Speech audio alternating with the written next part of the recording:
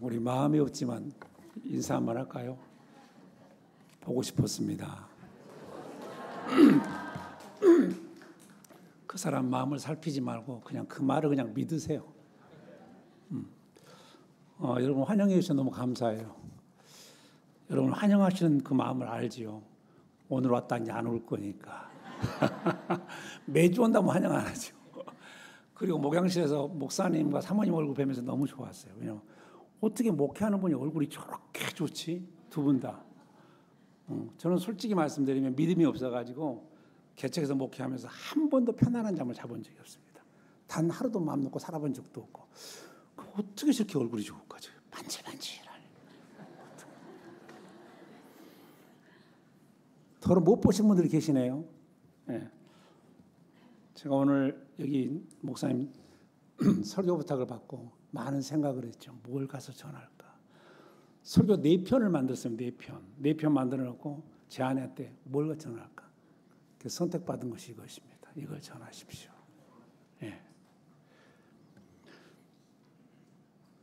7월 14일 날 미국의 그레이스 커뮤니티 처치를 하시는 그 교회를 섬기던 존 메가더 목사님이 소천을 하셨어요. 그분이 굉장히 개혁주의 목회자로서 강력하게 말씀을 전하시고 일체 성경의 권위에 대한 타협을 안 하는 분이세요. 그래서 제가 그분 책 중에서 진리의 전쟁이라는 책을 읽고 있었는데 그 책을 제가 2번째 읽는 거죠. 그런데 그때 돌아가셨어요. 그러면서 그분이 한국교회를 물으니까 이렇게 말씀하세요. 한국교회에 대해서. 한국교회는 너무 짧은 시간에 너무 교회가 커져버렸다. 그래갖고 힘을 가졌고 그리고 권위를 가져버렸다. 그래서 한국교회는 포스트 모더니즘, 다운주의라는 거죠. 다운주의의 물결과 세력을 거부할 수가 없다. 이렇게 얘기를 해요.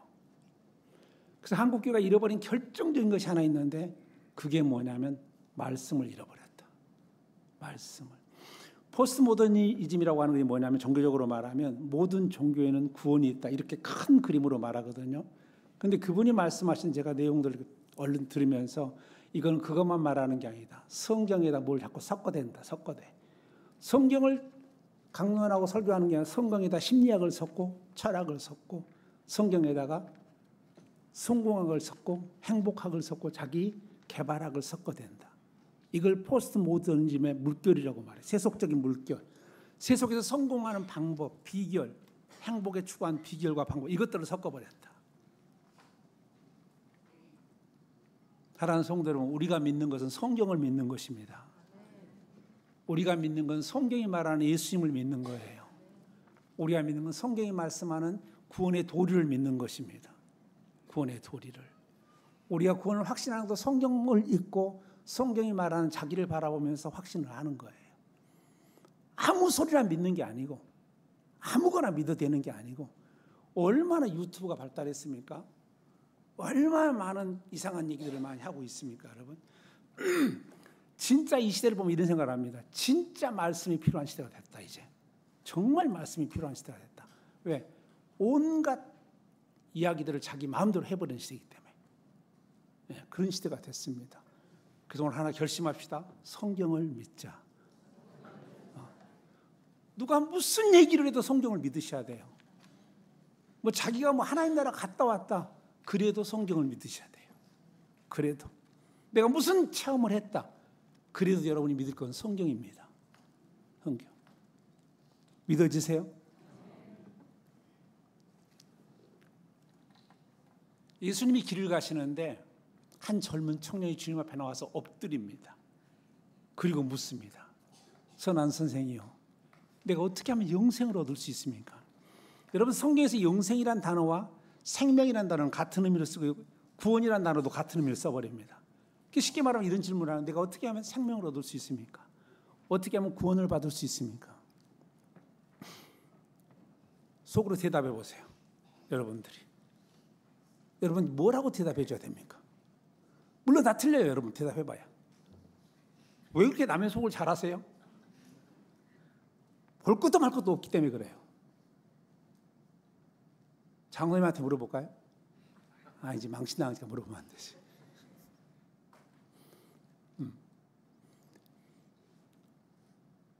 이 사람이 정말 중요한 질문을 한 거예요. 어떻게 하면 영생을 얻을 수 있습니까? 부를 때 뭐라고 불러요? 선한 선생이요.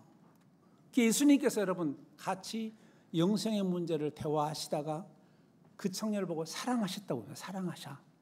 나를 따라오너라. 이렇게 대답을 하세요. 나를 따라오너라.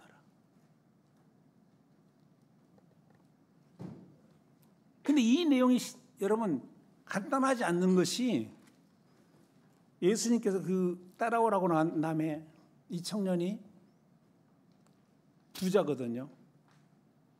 그래서 너의 모든 것들을 팔아 가난한 자에게 다 나눠줘 버리고 나를 쫓아라 이렇게 말을 해요. 결론이 뭐예요? 슬픈 기색을 띠고 돌아가 버리더라. 그리고 난 다음에 예수님 말씀을 이렇게 하십니다. 부자가 천국에 가는 것이 낙타가 바늘기로 빠져가는 것 나가는 것보다 어렵다. 그 제자들이 깜짝 놀란 거예요. 그러면 누가 갈 수 있습니까? 아니 그 부자도 못 가는 천국을 구원을 어떻게 받을 수 있습니까? 예수님께 뭐라고 말씀하세요? 사람으로서는 할 수 없으되 하나님은 하실 수 있느니라 이렇게 말씀합니다. 제가 여기를 설명을 해드리고 있는 이유가 뭐냐면 사람이 구원을 받는 것은 누구만 할 수 있다는 거예요. 하나님만 할 수 있다는 거예요. 그런 의미에서 구원받는 데 있어서 영생을 얻고 생명을 얻는 데 있어서 인간에게는 뭐예요? 아무런 대책이 없다는 걸 지금 말하는 거예요. 아무런 대책이 없다. 그러니까 여러분 보세요. 내가 어떻게 하면 구원받을 수 있습니까? 라고 말하면 방법이 없어. 이게 장로교인이에요. 방법이 없어. 대책이 없어. 우리에게는 아무런 수단도 아무런 방법도 없어. 왜? 하나님만이 구원을 시킬 수 있기 때문에 그렇습니다. 믿어지면 아멘. 이게 장로교인이에요. 이게 개혁주의 신학이에요. 이게 칼빈주의예요. 여러분 그런 말 싫어하는데 요즘에는 왜 이 얘기를 자꾸 하냐면 여러분 요즘에는 교리적인 분별력이 사라져버린 시대예요. 옛날에는 장로교인과 감리교인이 만나면 치열하게 싸웠어요. 왜? 장로교인은 애정론을 말하고 선택교리를 말하거든요.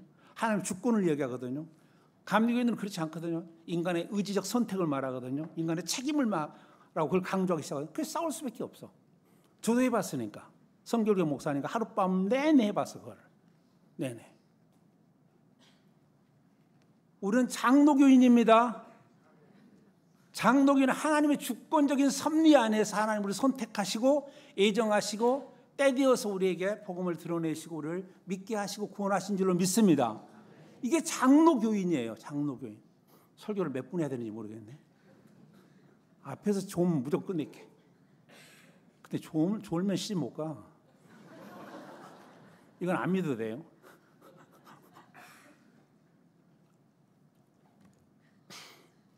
예수님을 따라오라고 말합니다. 나를 따라와라. 따라오려면 첫 번째 예수님이 누군지 알아야 따라가죠. 알아야 따라갈 거 아니에요. 여러분 오정희 권사님 오셨네요. 아이고.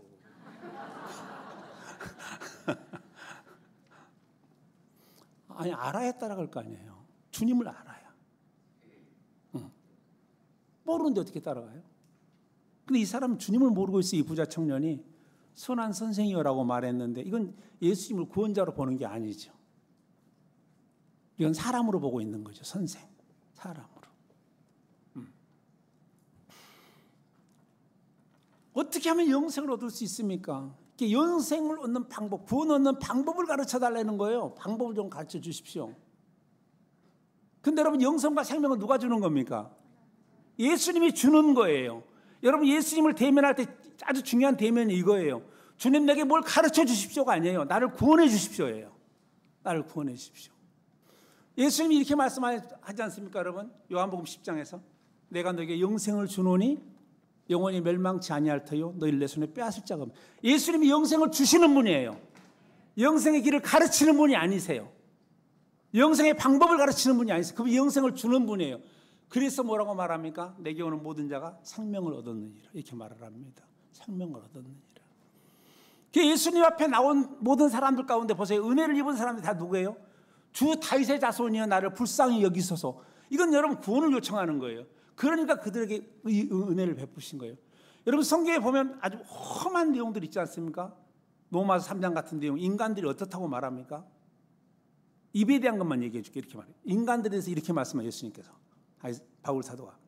그의 목구멍은 열린 무덤이요, 그 혀로는 속임을 베풀며 그 입술에는 독사의 독이 묻어 있고 그 앞에 악독과 저주가 있느니라. 이렇게 말을 합니다. 여러분, 이런 말씀을 볼 때 어떻게 해야 됩니까? 우리는 주님, 여기서 나를 구원해 달라고 요청해야 돼요. 도와달라고 요청을 하셔야 돼요. 여기서 우리가 어떻게 벗어날 수 있습니까? 아니에요. 항상 그분에게 요청하는 거예요. 요청. 나를 구원해 주십시오. 나에게 생명을 주세요. 영생을 주세요. 이게 주님 믿는 것이죠. 이해가 됐으면 아멘. 안 됐으면 이번 생은 끝내야 됩니다. 어쩔 수 없어요. 근데 여러분 보세요. 예수님께 누구에게 따라오라고 말합니까? 제자들 부를 때 따라오라고 말하면 베드로에게 나를 따라와라. 그 다음에 요한에게도, 그 다음에 야곱에게도 나를 따라와라. 세리 마태가 세관에 있을 때도 나를 따라와라고 말합니다. 따라와라. 나를 따라와라.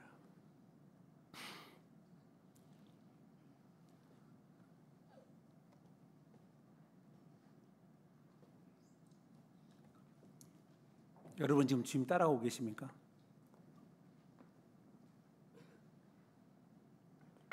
나는 지금 주님을 따라가고 계십니까? 여러분, 사람의 변화라고 하는 것은 방향의 변화예요. 방향. 나는 방향이 바뀌었냐는 겁니다. 지금까지 나는 어디를 따라가는, 세상을 따라가는 거죠. 뭘 품고, 내 안에 욕심을 품고 세상을 쫓아가는 거예요. 근데 예수님은 그렇게 가는 그들에게 뭐라고 말합니까? 나를 따라와라. 나를 따라와라. 이 방향이 바뀌었습니까? 구원받은 사람은 방향이 바뀐 사람이에요. 방향이 바뀐 사람. 그가 자기의 욕망을 쫓아가는 사람인가? 아니면 주를 따라가는 사람인가? 나는 세상을 쫓아가는 사람인가? 나는 주님을 따라가는 사람인가? 이게 바뀐 사람이라니까요. 나를 따라와라. 그래서 베드로가 말합니다. 오병이의 기적이 끝나고 난 다음에 모든 사람들이 예수님께 뭘 말씀하면 내가 하나님 아버지의 나라로 간다고 말해요. 그게 다 떠나버립니다. 떠날 때 예수님 묻으면 너희도 가려느냐? 베드로가 뭐라고 말합니까? 영생의 말씀이 계신데 우리가 어디로 가오리까? 이렇게 고백을 해요. 영생의 말씀이 주님에 계시다. 주님에 계십니다. 요한복음 5장 39절 이렇게 말합니다. 너희가 성경에서 영생을 얻을 줄 알고 성경을 상고하거니와 이 성경이 나에 대해 증거하느니라. 나에 대해. 이 구약 성경을 말하는 겁니다. 구약 성경이 예수님에 대하여 증거하고 있다고 말합니다. 예수님에 대해서. 영생을 주시는 주님께서 죽었던 나사로를 살리셨습니다. 생명이신 그분께서 나인성 가부의 아들을 살리셨습니다. 십자가에 죽었던 자신을 하나님께서 살리셨습니다. 성경이 이렇게 말합니다. 영생은 유일하신 참 하나님과 그의 보내신 자 예수 그리스도를 뭐예요? 아는 것. 요한복음 요한이 쓰는 서신에서 안다고 하는 단어와 그 다음에 뭡니까? 믿는다고 하는 단어와 따른다고 하는 단어와 그 안에 거한다는 단어와 그 다음에 뭡니까? 이 모든 것들을 같은 의미로 막 써버립니다. 한꺼번에. 같은 의미로. 예수님을 따르려고 하면 예수님을 정확하게 아셔야 됩니다. 요한복음은 끊임없이 누구라고 말합니까? 그가 하나님의 아들, 그 다음 뭐예요? 화내기 전에 대답하세요. 내 성질이 제가 은퇴해서 안 죽었어요 아직까지. 요한복음을 기록하는 목적이 뭐라 그래요? 예수님이 하나님의 아들, 그 다음 뭐예요? 그리스도. 이걸 위해 기록을 한다고 말이에요. 요한복음을 기록하는 거죠. 예수님이 하나님의 아들 그리스도임을 너희가 믿고 영생 얻게 하려 합니다. 이 기록의 목적이에요. 여러분, 베드로가 예수님께 묻습니다. 너희는 나를 누구라고 하느냐? 그때 베드로가 대답합니다. 주는 그리스도시요 살아계신 하나님의 아들이십니다. 여러분, 이 고백을 듣고 난 다음에 예수님이 얼마나 좋아하십니까? 바요나 시몬아 네가 복이 있도다. 이걸 내게 알게 하시는 사람이 아니와 하늘에 계신 내 아버지시니 이렇게 칭찬을 해줍니다. 우리가 예수님을 믿을 때 예수 믿고 받아들일 때 누구로 알아야 돼요? 예수님이 하나님의 아들?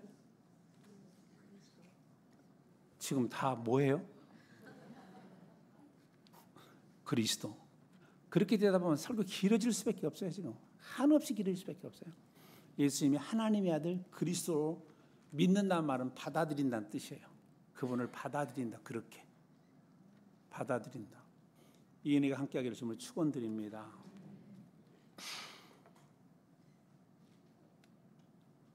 그래서 예수님이 이 부자 청년을 부르실 때 그 부르신 이유를 말씀하십니다. 이렇게 말씀하시죠. 21절 예수께서 그를 보시고 사랑하사 이르시되 와서 나를 따르라. 사랑해서 불렀다고 말합니다. 사랑해서. 예수님이 부르신 것은. 예수님을 따라가는 건 주님의 사랑을 따라가는 거예요. 예수님을 따라가는 건 주님의 십자가를 따라가는 거예요.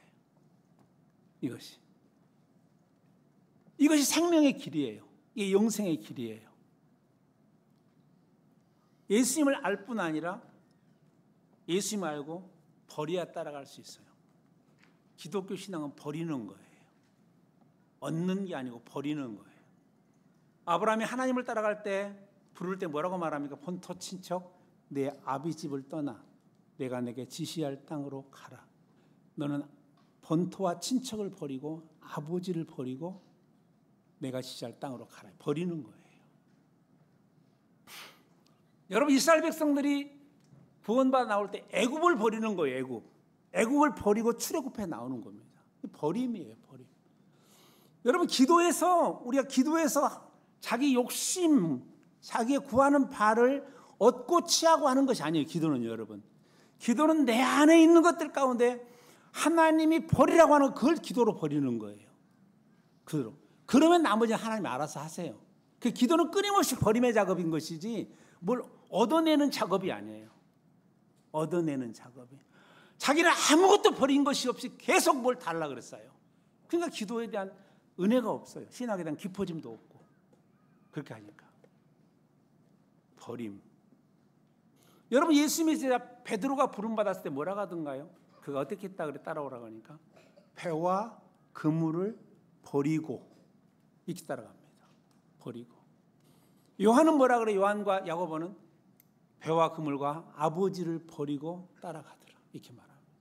마태는요. 세관에 부름받았는데 그가 세관에서 자기 직장이죠. 세관이. 그걸 버리고 하고 있는 모든 일들을 버리고 그리고 따라가요. 버려야만 갈 수 있어요. 안 버리면 못 쫓아가세요. 안 버리면. 오늘 이 시간 버리고 가는 은혜가 있기를 축원드립니다. 그래서 주님을 따르기 위한 자기 자신의 주인됨을 버리셔야 돼요. 주인됨을. 이것이 신앙의 큰 싸움이에요. 가장 중요한 싸움이에요. 여러분 술 안 마시고 담배 안 피고 이런 것들의 싸움이 아니에요. 내 신앙에 있어서 내 인생에 누가 주인이냐는 거예요. 누가 주인이냐. 좀 더 가면 내 인생에 있어서 누가 하나님이냐는 거예요. 누가 하나님이냐. 이 싸움이 치열하게 벌어지는 거예요. 이 싸움이. 사람들은 그냥 자연스럽게 자기 자신이 자기 인생에 하나님 노릇 하려고 들어요. 그리고 자기가 주인 노릇 하려고 들어요. 이걸 내려놓지 않고는 절대 못 따라가요. 쫓아갈 수가 없어요. 이걸 내놓지 않으면. 물어볼까요? 당신의 인생의 주인은 누구십니까? 왜 대답이 없으십니까? 내 인생의 주인은 누군가? 자기 인생의 주인이 자기이기 때문에 자기가 원하는 걸 얻기 위해서는 반칙을 쓰는 거예요. 그래서 자기 인생이 하나님인 사람, 예수님인 사람은 여러분 자기의 유익을 위해서 반칙하지 않아요. 주인 뜻을 따르는 것이죠. 뭘 따라가십니까? 자기를 부인하는 것은 그리스도를 인정하는 겁니다. 주인으로서 인정하고 그분을 따라가는 거예요. 여러분 이 주님을 따르는 일에 있어서 베드로의 인생을 한번 볼까요?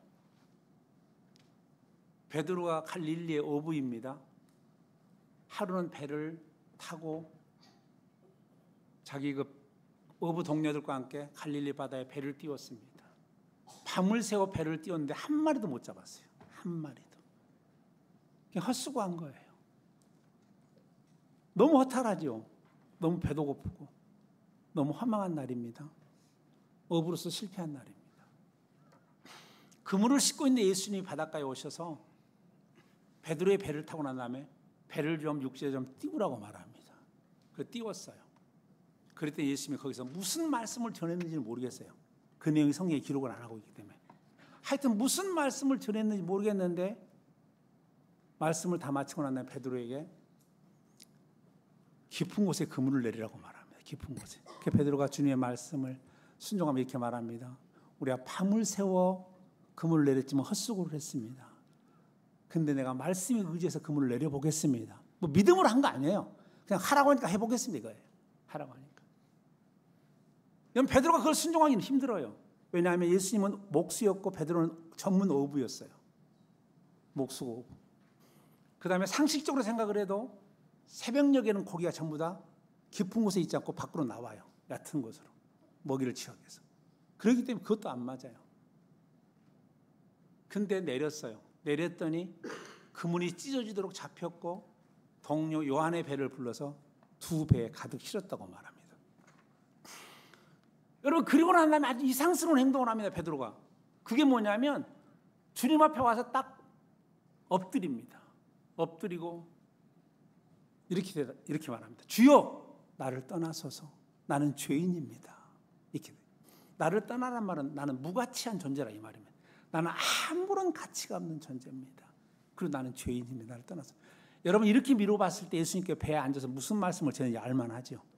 인간은 죄인이며 그 다음에 그 인간들을 구원하기 위해서 내가 메시아로 왔다 하는 걸 말씀하신 거죠. 베드로의 호칭이 바뀌어버린 거예요. 그 앞에만 해도 그물 내릴 때 뭐예요? 선생님 이랬거든요. 근데 주여라고 딱 부르면서 엎드려 경배하는 신적 경배를 말합니다. 당신은 신으로서 나의 주인입니다. 이 고백을 하고 있는 거예요. 그래서 그 신 대신 거룩하신 하나님 앞에 내가 도저히 설 수가 없으니까 두려움으로 그 고백을 하는 겁니다. 죄인됨을 고백을 해요. 네. 그때 예수님께서 내가 너를 사랑 남는 어부가 되게 하겠다 하시면서 나를 따르라 그럽니다. 나를 따르라. 자, 예수님이 나를 따르라고 하는 사람은 의인을 따르라고 말합니까? 죄인에게 따르라고 말합니까? 이건 알아야 돼요. 가만히 있으면 안 돼요. 이분이. 오건사이가 알겠어요? 여러분 예수님이 이 땅에 오신 것은 의인 부르러 오신 거 아니에요. 죄인을 부르러 오셨어요. 나를 따르라고 말씀하신 것도 죄인들에게 따르라고 말하는 의인에게 따르라고 말하지 않아요. 신앙생활에 여러분 영적 상태가 가장 나쁠 때가 언제인 줄 아세요? 나는 예수님이 없어도 그분의 도우심이 없어도 나는 얼마든지 의롭다고 생각하는 그때예요. 그게 가장 나쁜 자리예요. 그게. 여러분 신앙이 주님하고 가까워지면 가까워질수록 그 다음에 자기 자신 신앙이 잘하면 잘할수록 훨씬 더 선명하고 뚜렷하게 보이는 게 자기 죄예요. 죄. 신앙이 좋은 사람일수록 죄가 크게 보이는 거예요. 좋은 사람일수록. 나는 이 정도 했으면 됐어. 이건 여러분 예수님과 아무 관계없는 사람이에요. 여러분 이 부자 청년을 생각해 보세요. 예수님이 뭐라고 말했습니까? 율법을 지키라고 말합니다. 다 지켰다고 말해요. 어렸을 때부터 다 지켰습니다. 어렸을 때부터. 이 사람은 자기 의로 충만해요. 나는 이 정도는 됐다 이거예요. 이게 가장 신앙이 안 좋은 자리예요. 여러분들이 교회에 오는 건 당연한 것이고 여러분 교회 와서 주일 성수하고 11조 드리고 봉헌 당연한 것들이지 이것이 여러분 의로 작용하면 안 돼요. 의로 작용하면. 자기 의를 쌓으면 쌓을수록 예수님과는 멀어요. 관계가 없어요. 여러분 바울 사도가 예수님을 믿기 전에 자기 자신을 뭐라고 말하던가요? 나는 율법으로 흠잡을 데 없는 사람이었다고 말해요. 흠잡을 데 없는 사람. 예수님 막 만나고 난 다음에 그가 구원받고 난 다음에 뭐라고 대답하던가요? 고백하던가요? 나는 죄인 중에 개수라고 대답해요. 개수. 내 죄가 얼마나 큰 것인가 하는 것을 알지 못한다면 이걸 실제적으로 확인하지 못하고 산다면 여러분은 예수님과 멀리 있는 사람들이에요. 이해됐으면 아멘. 여러분 이 청년이 얼마나 대단한 사람인지 생각 한번 해보세요. 청년이에요. 부자예요. 관원이에요. 굉장히 종교적인 사람이에요. 율법을 다 지켰어. 어렸을 때부터 다 지켰던 종교적인 사람이에요. 그래서 여러분 교회 안에 제일 위험한 사람이 누구냐 하면 정말 다른 사람 보기에 교회 생활을 잘하는 사람이에요. 적당히 하란 말이 아니고 잘하는 사람이에요.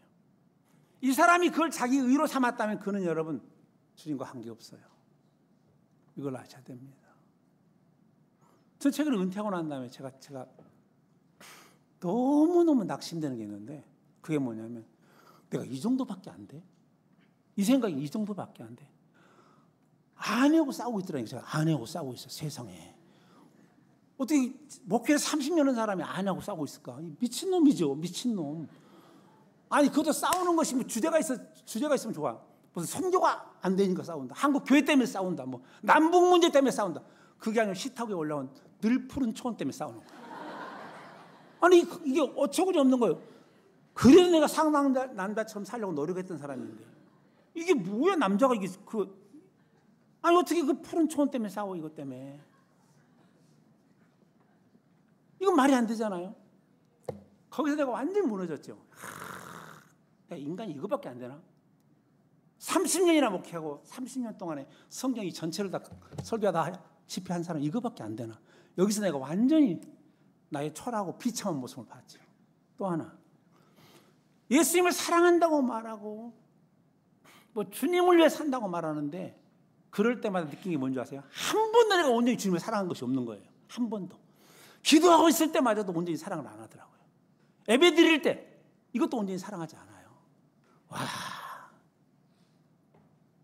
완전히 바닥을 때렸죠. 그래서 목사님이 이제 싸우지 않기로 했습니까? 아니죠. 이제 좀 성숙한 싸움을 싸워야 되겠다. 이런 제가 최근에 지난 화요일 날 은퇴 목사님들 모임이 있어요. 그 모임에 끝나고 오는데 어떤 목사님이 그러더라고. 우리 노예에 악처 4인방을 일러줘. 악처 4인방.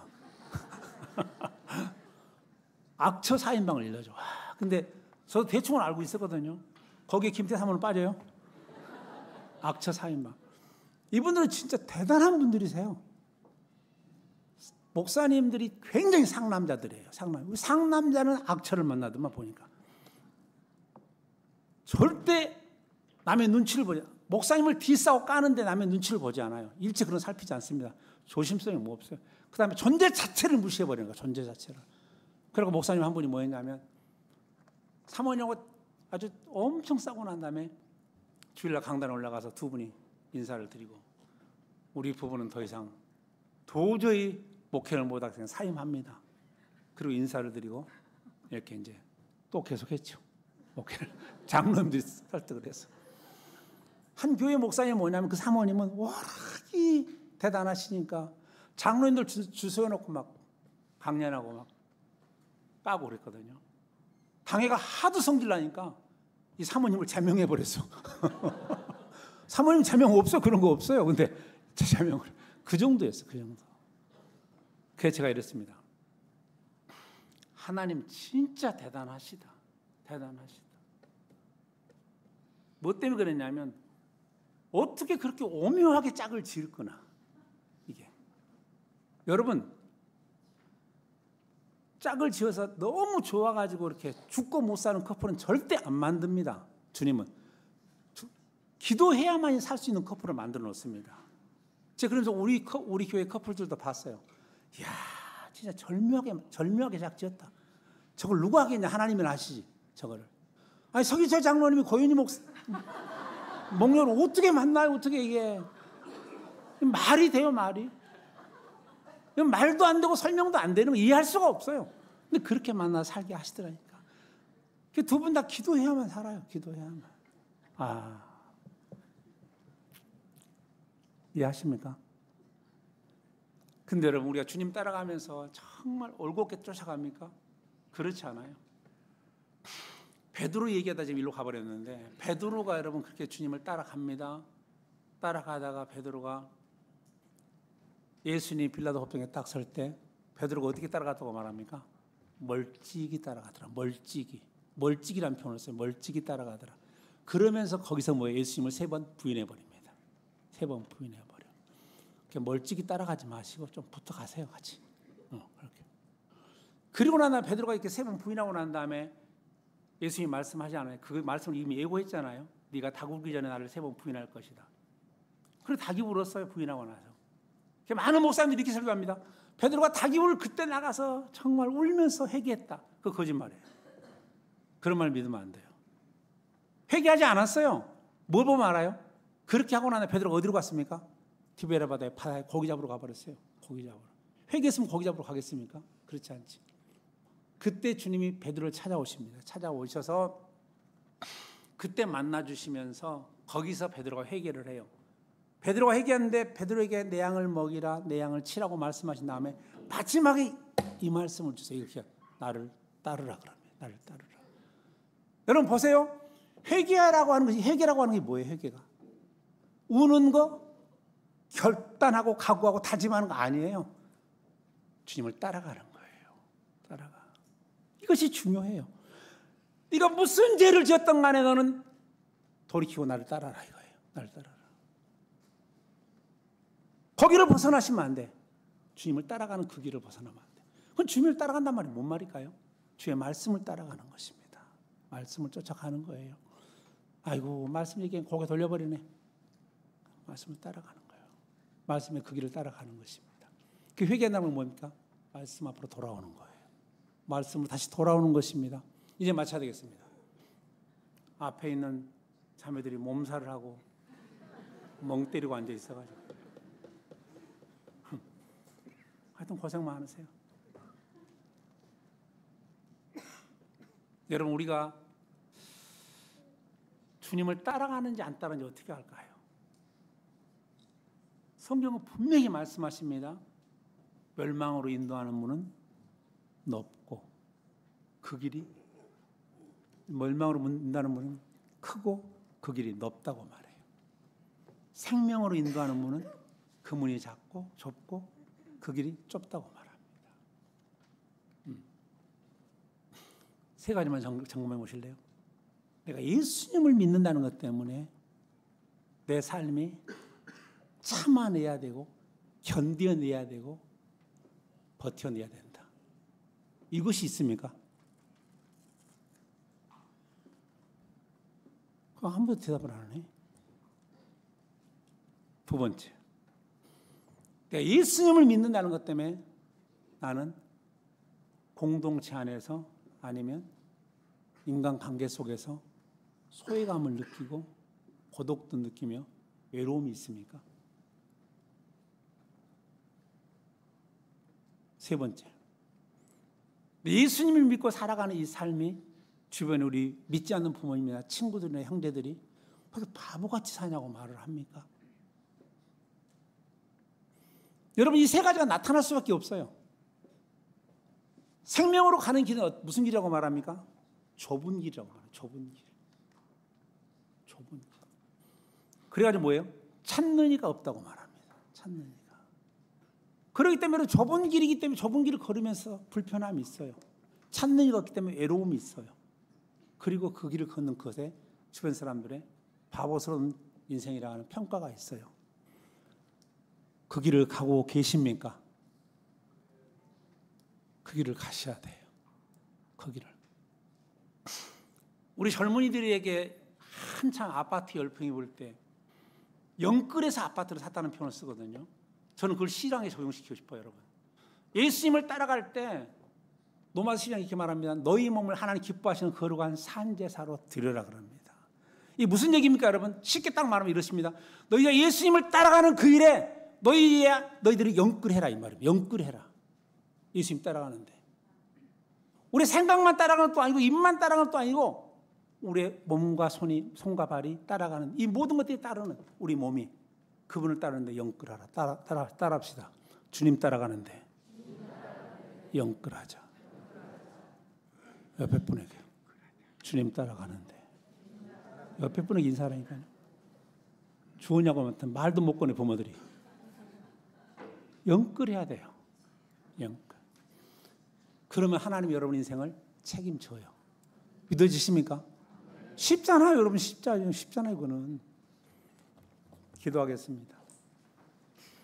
오늘 들었던 말씀 가운데 여러분의 마음에 귀에 들리고 마음에 새겨졌다면 그 오늘도 성령께 여러분의 주신 말씀을 기억하시고 그 말씀 붙잡고 기도하시기 바랍니다. 기도합니다. 주님의 은혜를 감사합니다. 나를 따라오라고 하는 이 음성이 들리게 하시고 우리가 세상을 쫓아가는 인생들을 청산하고 주님을 기쁨으로 따라가는 그 삶을 살아가도록 주여 인도하시고 역사해 주시옵소서. 사랑이 많으신 주 하나님, 주님을 따르는 일에 시행착오가 있고 여러 가지 일들을 만나고 넘어질 때도 있겠지만 다시 일어나 따르게 하시고 또 일어나 따르게 하시고 실패한 자리에 또 일어나 따라가도록 인도해 주시옵소서. 주님 감사합니다. 사랑이 많으신 주님, 영생을 묻는 젊은이에게 사랑하셔서 부릅니다. 나를 따라오너라. 주님, 이 음성이 모든 성도에게 들리게 하시고 이 음성을 따를 수 있도록 인도해 주옵소서. 우리가 주님을 따르면서 베드로처럼 실패할 수 있고 넘어질 수도 있습니다. 그래도 일어나 주님을 따르게 하시고 여전히 그 길을 따라갈 수 있도록 복을 내려 인도해 주시옵소서.